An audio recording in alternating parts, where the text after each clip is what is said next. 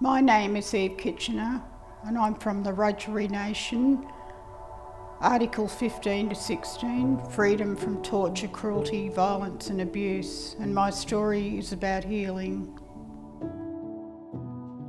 Telling my story today, how I was removed as a child from my nation, my people, my family, and I was taken to welfare homes, and I was started off as a little kid in those homes where I started to be abused. I was smacked around and belted and never shown an ounce of love. And then I drifted up to other homes as I got older because I started rebelling and resisting, and I became very institutionalised. I was tortured, put in dungeons. There was a Parramatta girls' home that had the old dungeons from back in the day, and probably from the turn of the 18th century or so, built by the convicts. But they used it for us young girls that rebelled, and the Parramatta girls' home, of course. And I was taken to the dungeon lots of times for rebelling. And it was mostly because of the way we were treated. And the thing about the dungeon was when you got down there, you didn't know what you were going to expect when you got there. Well, that's where the torture began.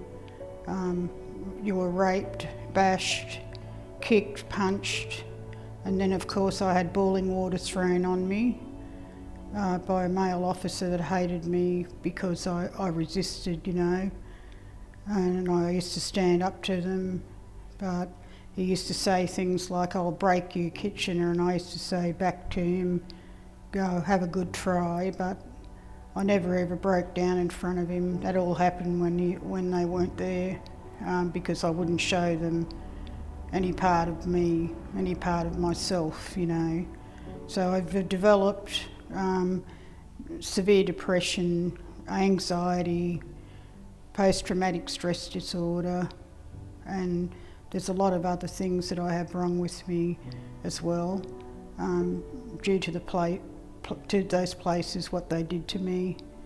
But as I grew older and got out of there, and it took many years because it wasn't an instant, like getting myself healed. It took a long time, like years and years of trying to find my family, my people. And then I started painting as a way of sort of releasing all the feelings that I had inside, for what happened to me. And the painting started helping me to tell my story. So this painting here is about my story. It's about the spirit people.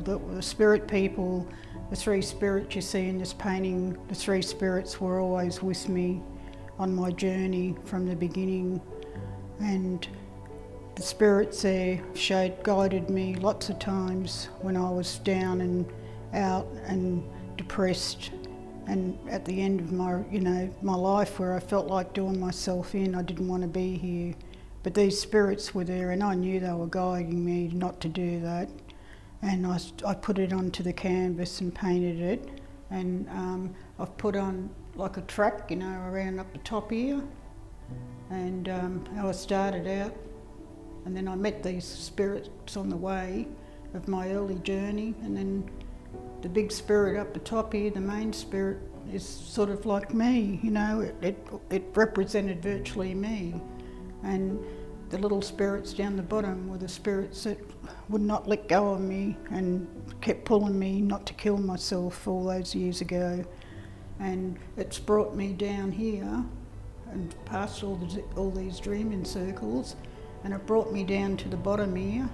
And these bottom here are elders that I met on the way, and the elders are the ones that also spoke to me and talked to me about how I could be healed and how they helped me to become better than I am now, and how to get rid of the feelings of suicide, and make me feel that I was just as important on this planet as anyone else. So Yeah, I've met some really good elders that were really strong elders that have helped me and made me, virtually not made me, but guided me to be the person I am today, and for me to be healed. And I would hate for anyone ever to go through what I have lived. Unless you've lived something so bad, I don't think you could know unless you lived it yourself. But I've survived. I'm a survivor. And that's my story.